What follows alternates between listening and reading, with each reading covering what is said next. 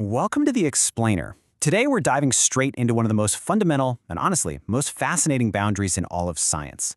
We're looking at the strict biological checklist that separates a living, breathing organism from a completely lifeless object. It sounds like something we just intuitively grasp, right? But when you actually zoom in on the physical mechanics required to sustain existence, the line between a biological machine and an absolute miracle gets, well, remarkably complex. So, think about it. If we compare a dog, a tree, and a rock, our gut reaction easily groups the first two as alive. But here's the thing. Intuition isn't science. What if that rock is actually a dormant spore? Astrobiologists wrestle with this exact dilemma every day when they're hunting for microscopic life on Mars or distant exoplanets. We can't just say, oh, it moves or consumes stuff, so it's alive. I mean, a fire consumes oxygen and moves, but it's definitely not alive. Biology demands a non-negotiable checklist. Every single living entity, from the deepest sea archaea to a massive blue whale, absolutely must follow a specific set of rules to claim the title of life. To unpack this, we'll hit four main chapters today. First, building blocks and growth. Then, reproduction and reactions. Next, fuel and balance. And finally, the long game, before wrapping up with a complete summary of life. All right, let's jump right into Chapter 1, Building Blocks and Growth. Before life can do literally anything else, it needs a physical boundary. You see, a cell isn't just some basic building block.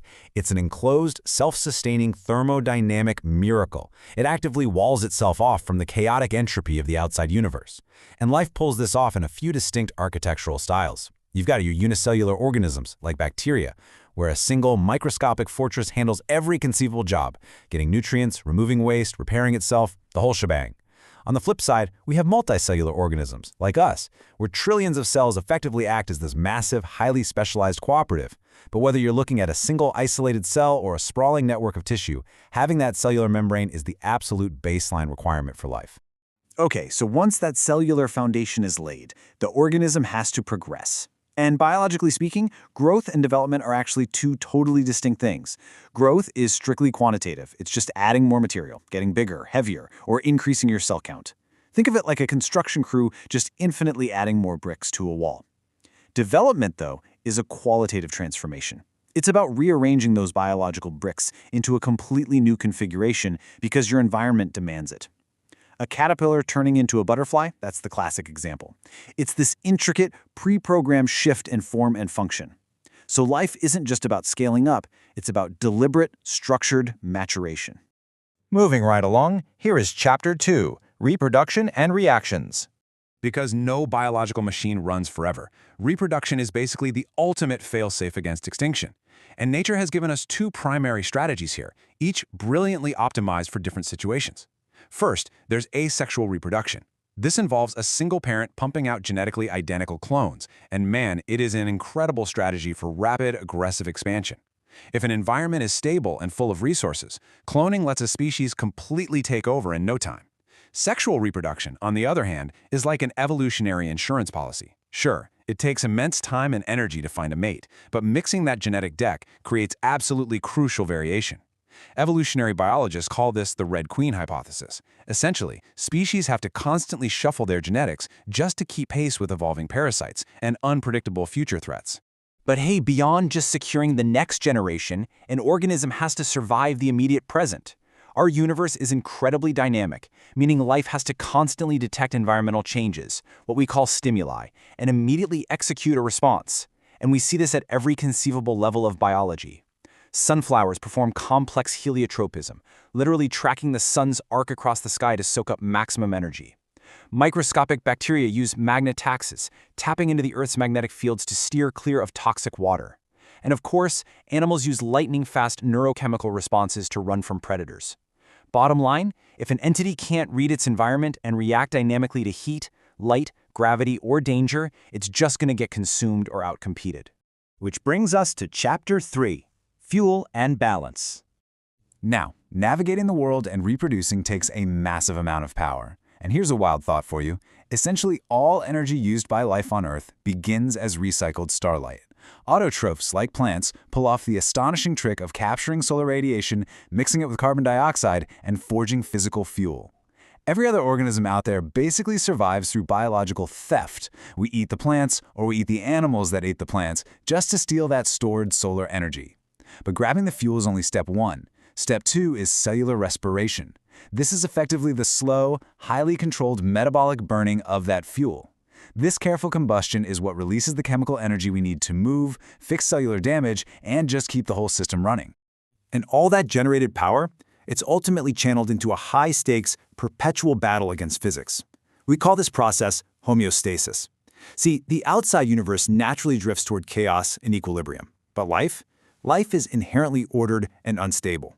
An organism has to burn massive amounts of its hard-earned energy just to keep its internal chemistry from collapsing into equilibrium with the dead environments around it. Whether it's you involuntarily shivering to generate heat in a snowstorm, or your kidneys working overtime to filter blood and balance your water levels. Homeostasis is that invisible, relentless effort happening right now to prevent your cells from being destroyed. Now let's zoom out a bit for Chapter 4, the long game. When you stretch this all out over millennia, the specific challenges of any given environment actually begin to physically sculpt the organisms living there. We call these specialized features adaptations.